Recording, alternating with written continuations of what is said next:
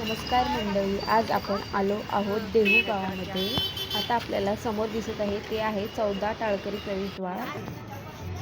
प्रवेशद्वारातून आत आल्यावरती आपल्याला सर्वात प्रथम दर्शन होतं ते देहूच्या चिंतामणी गणपतीचं.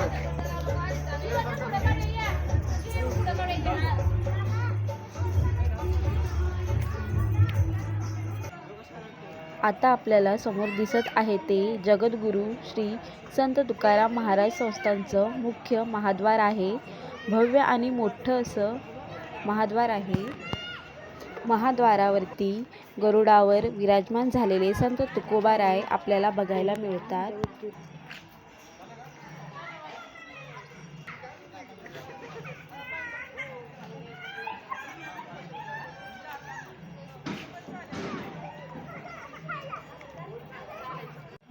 आपण आता आतमध्ये जाऊयात. समोर दिसते हे राम मंदिर आहे. हा पूर्ण मंदिरातील आतील परिसर आहे.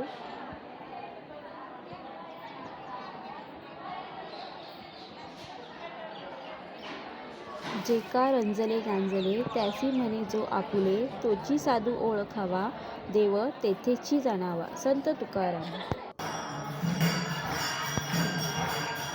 समोर दिसत आहे हे शिळा मंदिर आहे.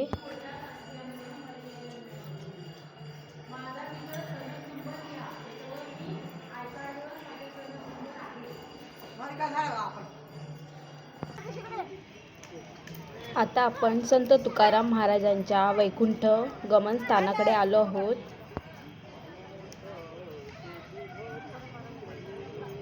हे संत तुकाराम महाराजांचं मंदिर आहे.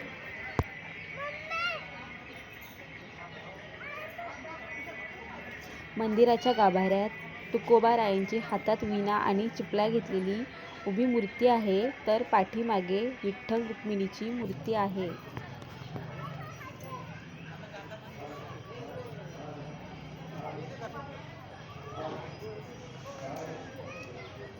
हे श्री नांदुरकी वृक्ष आहे. आमचा जन्म माझ्या महाराजांच्या घरात आहे. तुकाराम महाराजांना 3 मुलं, विठ्ठल, माधव, नारायण. त्यांच्या 3 मुलापासून आमची परंपरा आहे. पुण्या ठिकाणी माहिती देतो, लक्षात घ्या.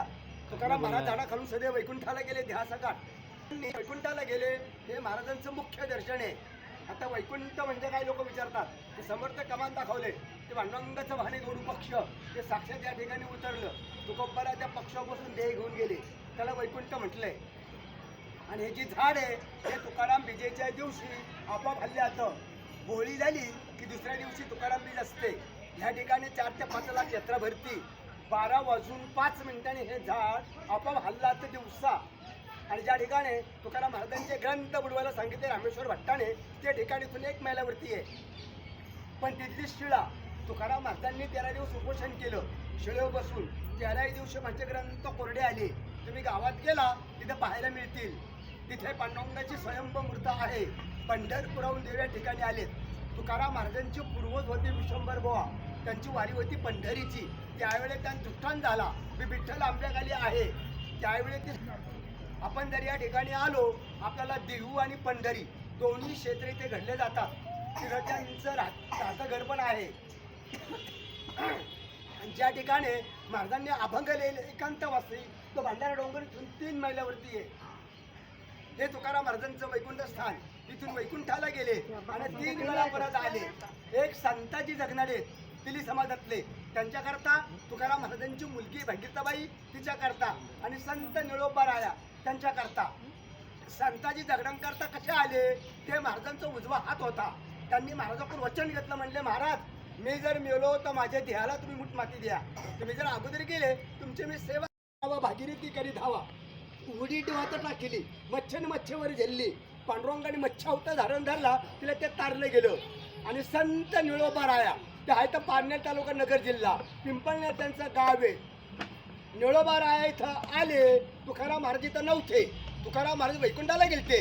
निळोबारायांनी या झाडाखाली 40 दिवस उपोषण केलं.